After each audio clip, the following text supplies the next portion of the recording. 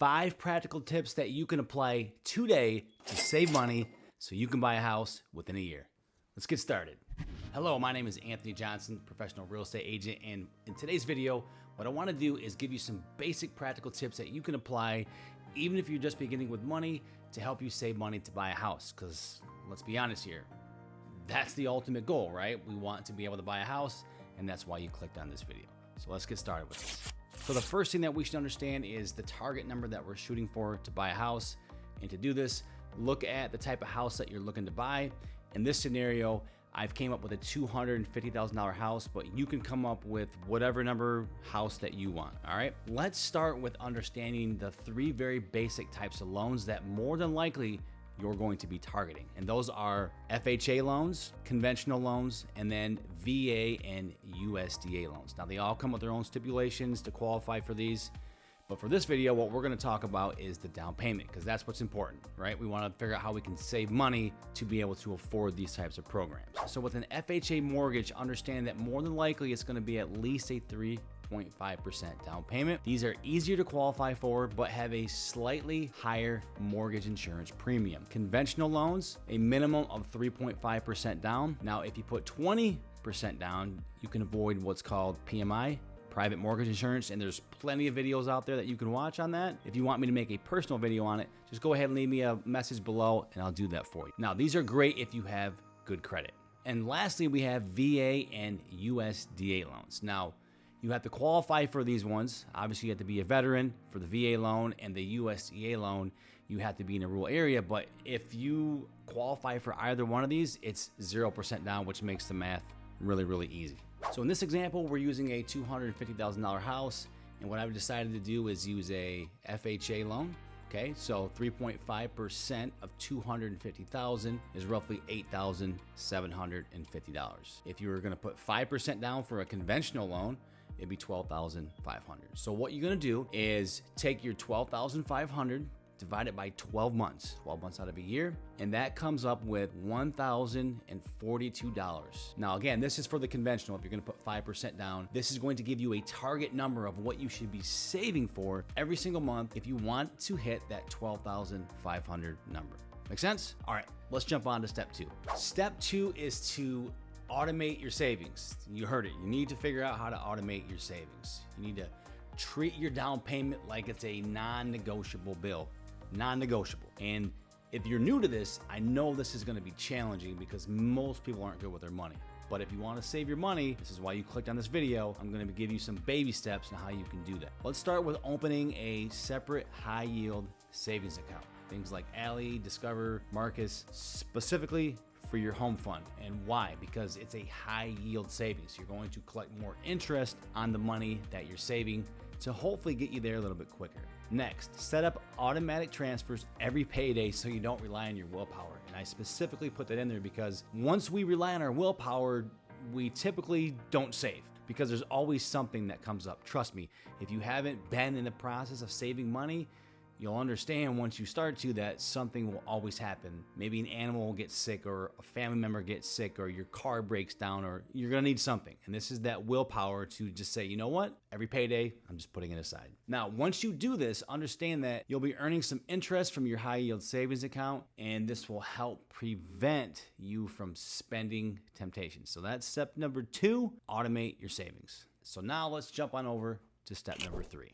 Let's focus on those invisible rent costs and figuring out ways that we can chop those down. As a renter, your biggest obstacle is your rent, right? That monthly payment that you have to pay every single month. But here's some ways that you can free up some cash.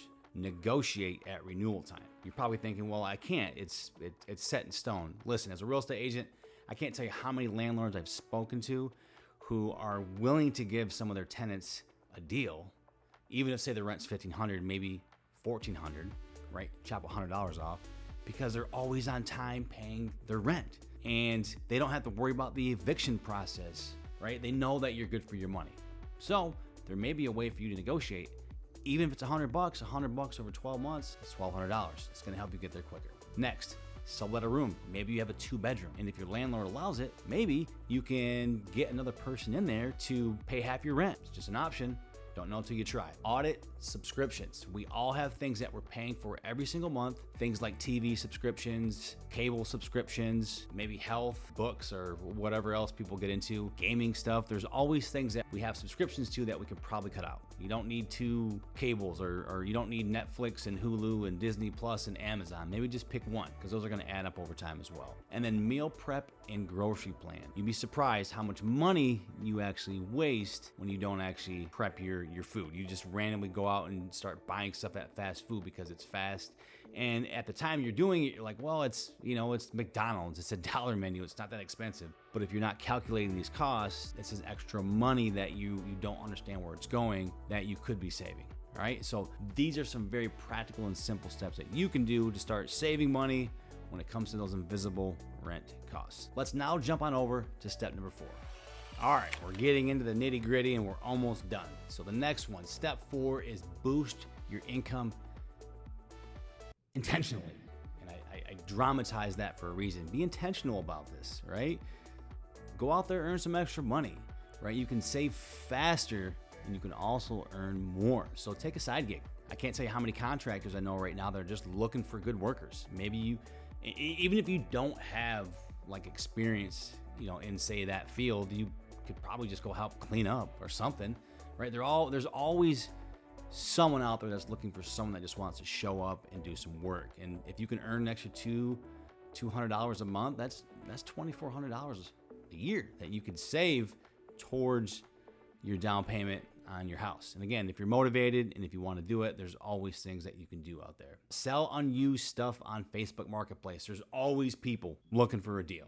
My wife and I, we have our own personal persona where it's like, hey, listen, if we don't use something in a year, it's gone, right? We don't just leave it around the house. We put it on Facebook Marketplace first to see if we can get some coin for it. If we can, great. If not, we'll just get rid of it. But for the sake of this video, see if you can make some money on it. We all got stuff laying around the house that we haven't used, and all that stuff will add up. And if you get some type of tax refund or a bonus, put half towards your down payment. And these are just some very practical and simple steps that you can do today to start saving money for that house. That way you can buy it in a year. Let's go to step number 5. And lastly on our list is cleaning up your credit. That's right, it's time to clean up your credit, right? There's no excuses anymore.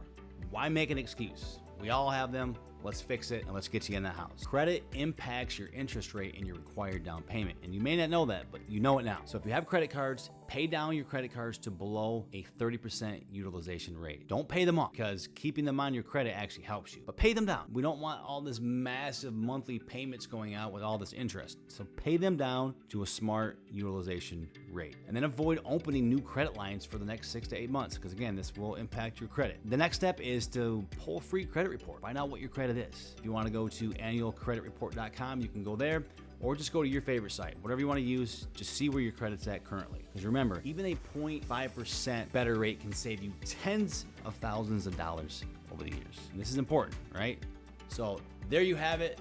There are some simple, practical steps that anyone can take today to get you started on your journey to buying a house within the next year. But before you go, if you want to know what the top 10 mistakes are that people make when buying their first home, check out this video right here.